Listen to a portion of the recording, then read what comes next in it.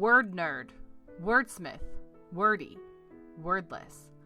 Oxford Dictionary says a word is a single, distinct, meaningful element of speech or writing, used with others or sometimes alone. We say each one matters. No extra words is literature, minimalist style. And we're getting you right to the story.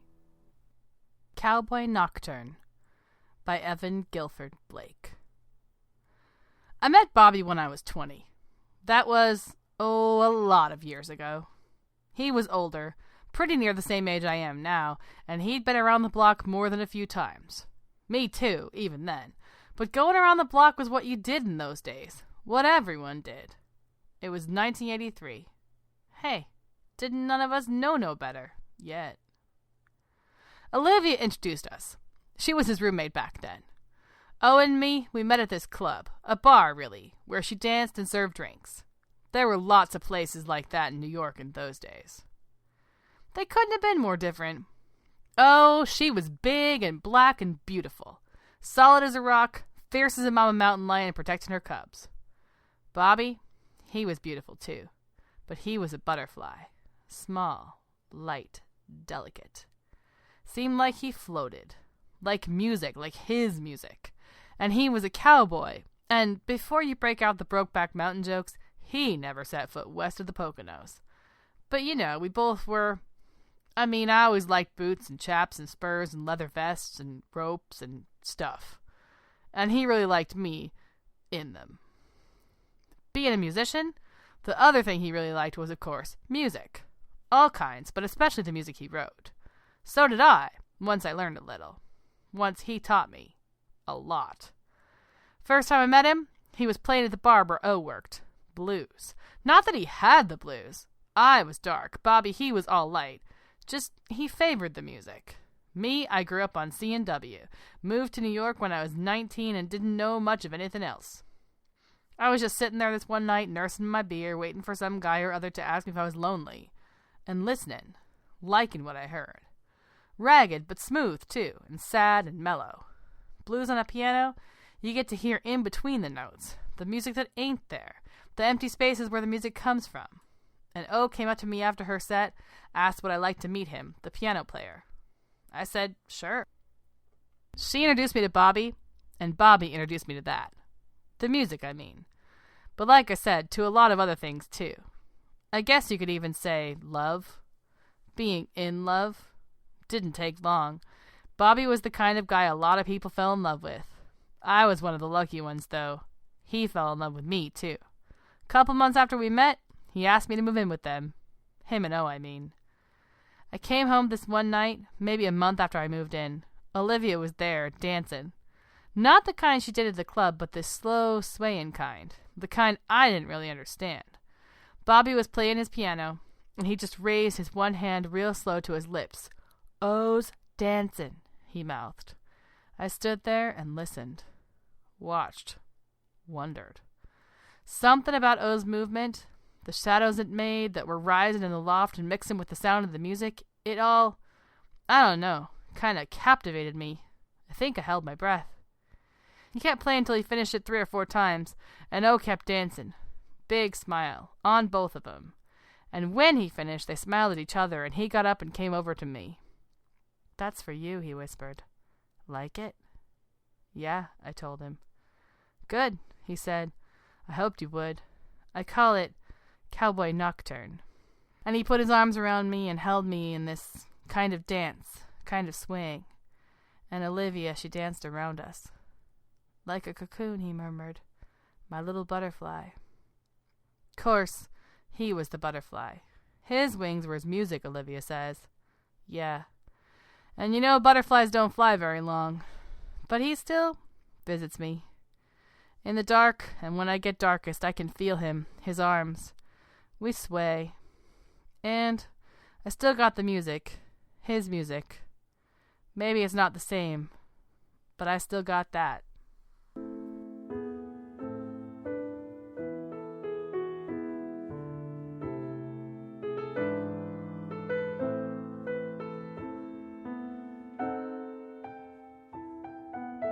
Hello there, welcome to No Extra Words, the Flash Fiction podcast.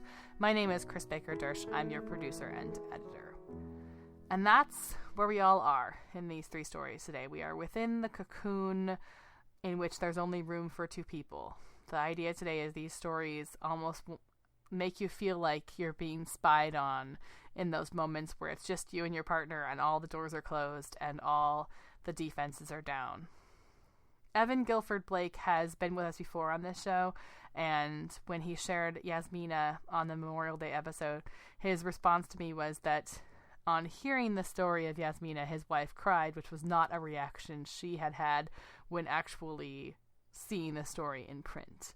So I'm hoping that the audio reading A Cowboy Nocturne gives it that same flavor. It certainly did for me when I was reading it. We are going to squeeze 3 stories into today's episode. It's been a while since we've had room for 3, but we are going to close with 2 stories that are both about couples in those moments where nobody else is there, just playing with that line of intimacy.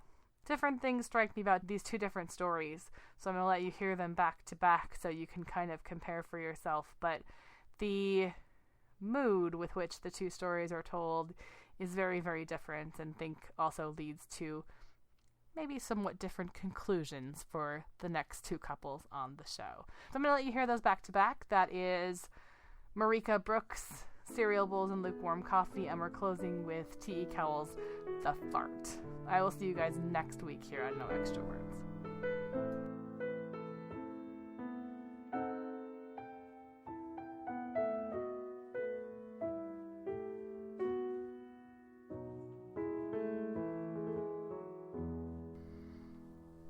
Cereal Bowls and Lukewarm Coffee by Marika Brooks. I loved the way he wiped his hands on his jeans while he was cooking. I loved the way he would make dinner in a beat-up white V-neck t-shirt. I loved the way he threw the dish towel over his shoulder like a cape and mopped up the counter absently as he spoke to me. I loved that when he cooked, he always used such nice colored foods, crisp, fresh green bell peppers, an onion that was at once the deepest of purples and the most pearlescent white, speckled brown mushrooms sliced long ways so you could see the dark woody fibers inside. The smell they made all simmering together in butter always made my stomach grumble while I sat, perched on the bar stool, the stem of a glass of wine from a $9 bottle pinched between my thumb and forefinger. I loved the way his hands looked when he flourished the spatula in one and sipped a bottle of beer in the other. He never missed a beat. I loved that he would fold laundry at the foot of the bed, just to watch me read. I loved that even his clean flannel shirts always smelled a little bit stale, like the absence of him relieved them of their warmth and muskiness. I loved the way he folded his socks together in pairs instead of rolling one inside the other like I did. It keeps them from stretching out. I loved the way his smile snuck out of his beard, almost by accident. I loved that he would talk to me even if he knew I was half asleep. He would go on about American politics, injustices in the legal system, that one actor who was in that one movie that did really well at Sundance and was getting picked up by Amazon Studios.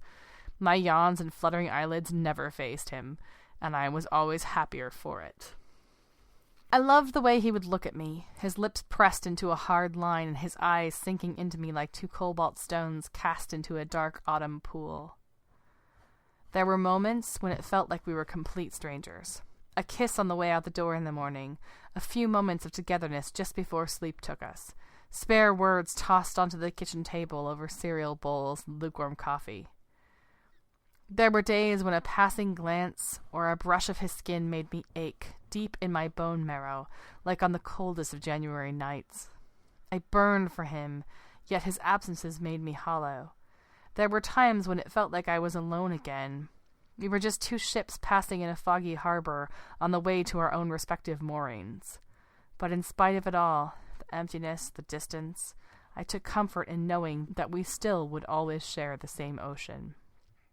In spite of it all, I loved the way he loved me, wholly, purely, ferociously.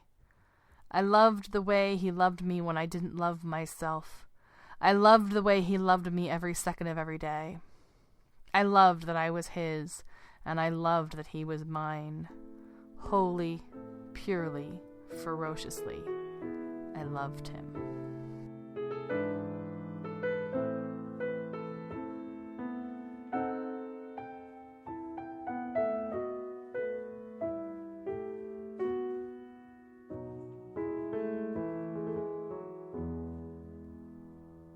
The Fart by T.E. Cowell.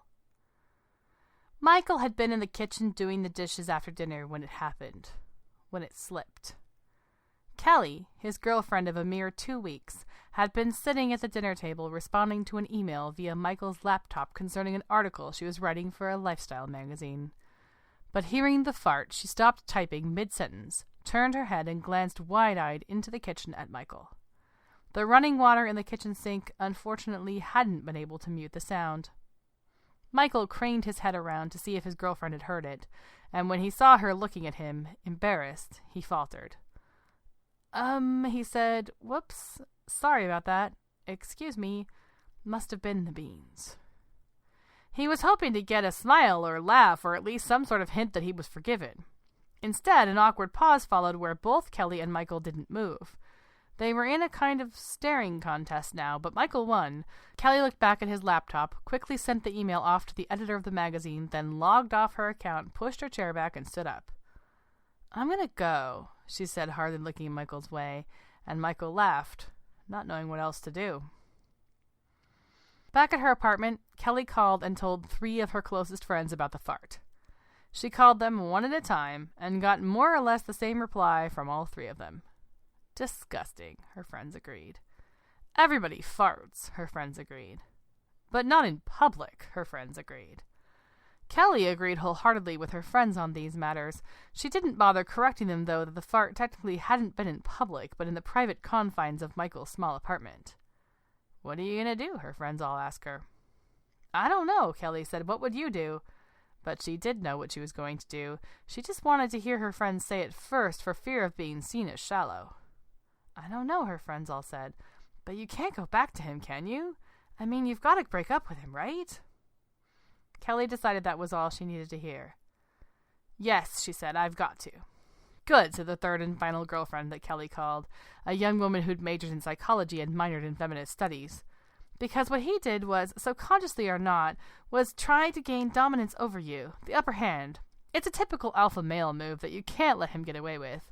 You shouldn't stand for it, Kelly. If you stay with him, he'll only fart more. Kelly nodded her head on the other line. The next day she called Michael to break up with him. "It was just a fart," Michael said. "I'm sorry," Kelly said, "but I've made my decision."